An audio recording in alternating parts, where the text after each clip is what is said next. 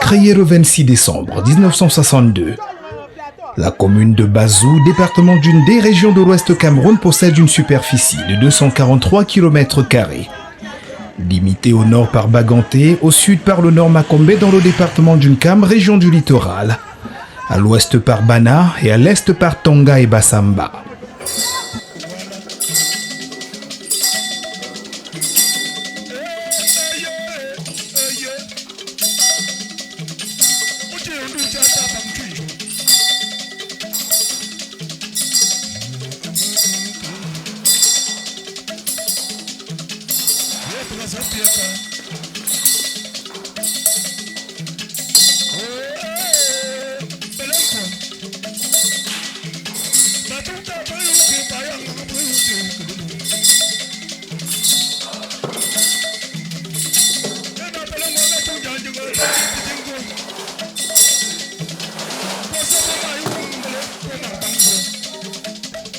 Je dois dire que l'histoire nous rappelle que le royaume Bazou a été fondé au début du XVIe siècle. Et ce royaume a été fondé par un digne fils, prince Bangou, qui, ayant raté l'opportunité d'être chef supérieur Bangou, s'est donné la peine de s'aventurer et que finalement il a trouvé refuge ici à Bazou. C'est comme ça que le premier règne a commencé avec ce prince nommé Tayo, en même temps l'adjoint au chef supérieur Bangou.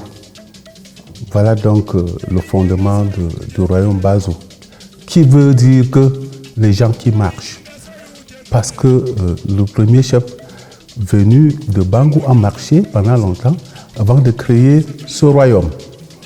Donc je suis le 11e chef de la dynastie Bazou. Et j'ai succédé au trône de mon père depuis le 23 janvier 1984. Donc, ça fait 39 ans que je suis là, que je veille aux destinées du royaume. Effectivement, Bazou, au départ, était des petits hameaux. Bazou, en réalité, est la composante de plusieurs dialectes, de plusieurs petits hameaux. C'est pour cela qu'on a souvent l'impression que Bazou est les États-Unis du nez, parce que Bazou regorge 5 dialectes. C'est-à-dire qu'à Bazou, il y a 5 dialectes. On parle un peu comme le Bankanté, on parle un peu comme les Bandunga, on parle un peu comme les Bakons. On parle un peu comme les gens d'une cam. On parle comme les Bazou, ainsi de suite. Donc, c'est la particularité de Bazou. Je ne pouvais pas ne pas parler de l'histoire de mon père, le prince Daniel Kemajou, qui fut le 10e chef de cette dynastie. En effet, depuis le jeune âge de ce jeune prince, il a tourné le dos à la tradition pour aller à la recherche de la perfection, aller à la recherche du bien-être. C'est pour cela qu'il a quitté très tôt le royaume. Il est allé à Bakanté rencontrer un de ses petits oncles, d'où il a commencé à faire les études. Sans le consentement de son père, de Chop Nana, parce que le Chop Nana ne trouvait aucune raison d'envoyer l'enfant à l'école. Il s'est forgé lui-même son passage pour aller se chercher, aller à l'école. Et que finalement, lorsqu'on a lancé le concours d'administration au niveau de Yaoundé, il a été majeur et il était admis à cette prestigieuse école de l'Antan. Lui, il est sorti nanti d'un diplôme et a été recruté au commissariat de Kongsamba. Il a commencé à exercer à partir de 1939. Mais quelques années plus tard, il a été coopté par l'administration française pour aller continuer ses études en France et en même temps représenter le Cameroun au siège du château de Versailles. Donc il a passé tout son temps comme secrétaire général chargé de la civilisation d'outre-mer. Je veux donc dire que le prince Kémajo Daniel, c'est ceux-là qui ont façonné, n'est-ce pas, l'administration camerounaise. Beaucoup de Camerounais n'en savent pas. À cette époque, il était représenté au siège du conseil du château de Versailles par ses collaborateurs. J'ai nommé Sopo Priso, également M. Amadou Aïdjo, qui d'ailleurs était fonctionnaire de la télécommunication affecté à Berthois. Le faux père Kémajo Daniel s'est donné la peine d'aller le chercher là-bas pour qu'ensemble ils partent négocier l'avenir de ce pays. Donc c'est le faux père Kémajo Daniel qui est allé à Berthois rendre ce fils du Nord, parce qu'il était question qu'on rattache la partie septentrionale au Cameroun.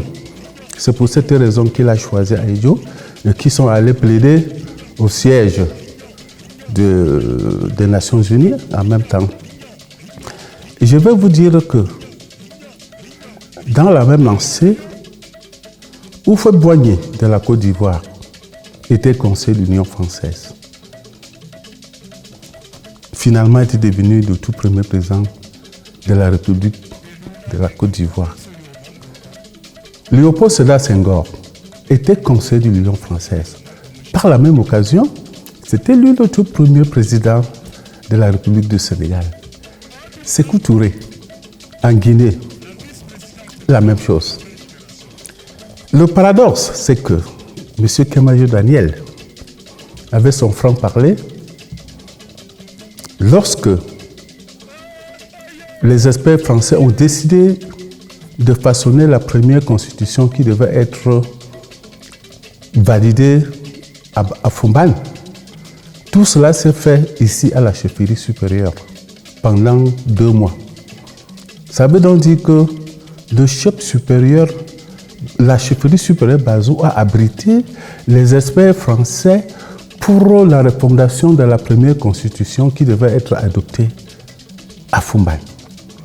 Mais curieusement pour lui, une fois arrivé, la mouture arrivée à Yaoundé, il n'a plus respecté les mêmes consignes qui a été données, qui a été faites à Bazou. C'est pour cela que le président de l'Assemblée législative de son État, il a dit qu'on ne pouvait pas valider cette constitution parce qu'il y avait beaucoup de manquements. D'où le fameux discours sur le plein pouvoir qui disait non, ce n'est pas de cette manière qu'on doit attribuer le pouvoir à un seul individu qui est sorti de nulle part. On lui laisse le pouvoir judiciaire, le pouvoir militaire, ainsi de suite. Ça ne collaborait pas avec l'homme de cette époque. Voilà la réaction de mon feu père qui lui a valu sa destitution au niveau de la chefferie, même au niveau de l'administration centrale. C'était lui qui était prédestiné à être chef de l'État au Cameroun. Mais avec son opinion, avec sa position politique, c'est comme ça qu'il a été balayé d'un revers de main par les colons français. Voilà l'histoire du Cameroun. Nous aurons l'occasion d'en parler.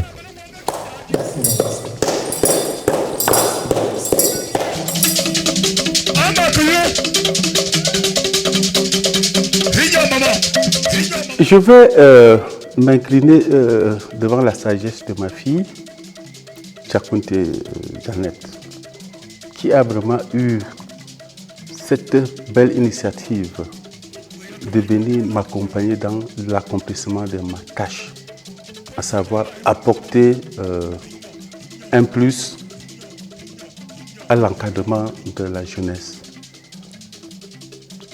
Bazou, de la jeunesse du Ndé, de l'ouest du Cameroun et même de l'Afrique. Si je me permets, n'est-ce pas, de témoigner, n'est-ce pas, ces actions, c'est parce que je me suis rendu compte, moi personnellement, que beaucoup de nos enfants sont en perte de repères. Ils sont en perte de repères total. Durant mon règne, mes 39 ans de règne ici à Bazou, j'ai dû constater que chaque année, j'ai au moins 20 bacheliers qui partent de Bazou et qui ne reviennent plus jamais. Ils s'aventurent, ils se retrouvent à Yaoundé, à Douala, et quelquefois quand ils ont leur diplôme, ils ne savent pas s'en servir. Et ils ont le regard tourné ailleurs. Aller à l'aventure ambiguë, c'est comme ça qu'ils se retrouvent dans les eaux, dans les océans, en quête du bien-être. Alors, fort de ce constat, avec la démarche de ma fille Tchakounte, à travers son ONG, Alphabétisation et la santé pour tous, j'ai dit, je veux m'agripper à elle pour qu'elle m'aide à faire rentrer tous ces enfants qui sont en perte de vitesse, qui ont perdu leur repère. Je m'agrippe derrière l'ONG de ma fille pour interpeller le peuple de l'Ouest, le peuple du Cameroun, le peuple de l'Afrique, de ne pas avoir peur de rentrer, parce que je constate que depuis que vous vous aventuriez de ce côté, vous avez créé une deuxième esclavagisme, c'est-à-dire vous êtes en train de vivre encore en profondeur l'esclavage. Donc vous n'avez aucun intérêt à rester de ce côté-là. Nous avons suffisamment de terres arabes ici en Afrique, au Cameroun, particulièrement à Bazou. Je vous exhorte à rentrer. À travers la fondation de ma fille, nous allons vous trouver de l'espace pour vous insérer et rentrer définitivement, accompagner nos pères que nous sommes pour le développement de notre village. Je pense que c'est une très belle initiative que ma fille est en train de porter au niveau des grandes instances là-bas en Italie. Je lance un vibrant appel à tous les enfants. Je suis prêt. Nous sommes disponibles à vous accueillir, à vous trouver de l'espace pour venir vous installer. Nous avons suffisamment de l'espace. Nous avons suffisamment de terres arabes. Nous avons suffisamment de bassins de production agricole dans toute la côte ouest. C'est un cri d'alarme, c'est un cri de cœur que je lance à vous, mes enfants, de rentrer. Ayez le courage de rentrer. Nous allons vous insérer. Ce n'est pas la terre qui manque, c'est la volonté qu'il faut. Donc, on compte sur votre respect, sur votre décision de rentrer et de faire développer notre village, notre département, notre région, ainsi de suite. Un chapeau, un coup de chapeau à ma princesse, à ma fille, qui a eu cette inspiration divine de faire rêver nos enfants qui ont perdu leur repère et de se retrouver à nos côtés pour développer le village, pour développer l'Ouest. Je ne fais pas seulement appel à mes enfants de Bazou. Je fais appel à tous nos fils de bonne volonté, qu'ils soient de l'Ouest, qu'ils soient du Cameroun, qu'ils soient je ne sais quoi, que nous avons de l'espace pour eux. Nous les attendons. À tout moment qu'ils veulent venir, nous les attendrons à bras ouverts. Je vais informer toute la notabilité au niveau de Bazou, de prendre les dispositions nécessaires pour trouver, n'est-ce pas, de l'espace pour l'insertion de ces gens qui vont venir dans les 3 prochains moments, quand ils vont comprendre le cri d'appel que je lance. Soyez-en rassurés, vous serez bien encadrés, vous serez bien reçus. Ce n'est pas la terre qui manque, ce n'est que la volonté qu'il faut. Je veux vous dire que je suis le fils d'un planteur. Parce que mon faux père, étant un homme politique de grande envergure, étant un chef traditionnel, mais il était aussi un très grand planteur. Parce qu'il était l'un des rares, parmi les meilleurs planteurs de la région du Mungo. La preuve qu'aujourd'hui, je suis classé aussi parmi les meilleurs planteurs. Parce que j'ai à mon actif plus de 300 hectares de plantation et que c'est occupé par plus de 125 ouvriers, dont 125 familles que je nourris. Je peux en être heureux. Donc, je suis aussi un exemple. Avant d'être chef, je suis d'abord un mortel. Je suis quelqu'un qui sait se chercher. Donc, fils et filles, Bazou, peuple de l'Ouest, tournez le dos au marchandage. Regardez devant vous, suivez le regard du chef supérieur Bazou. Suivez sa direction. Vous allez réussir. Je vous remercie.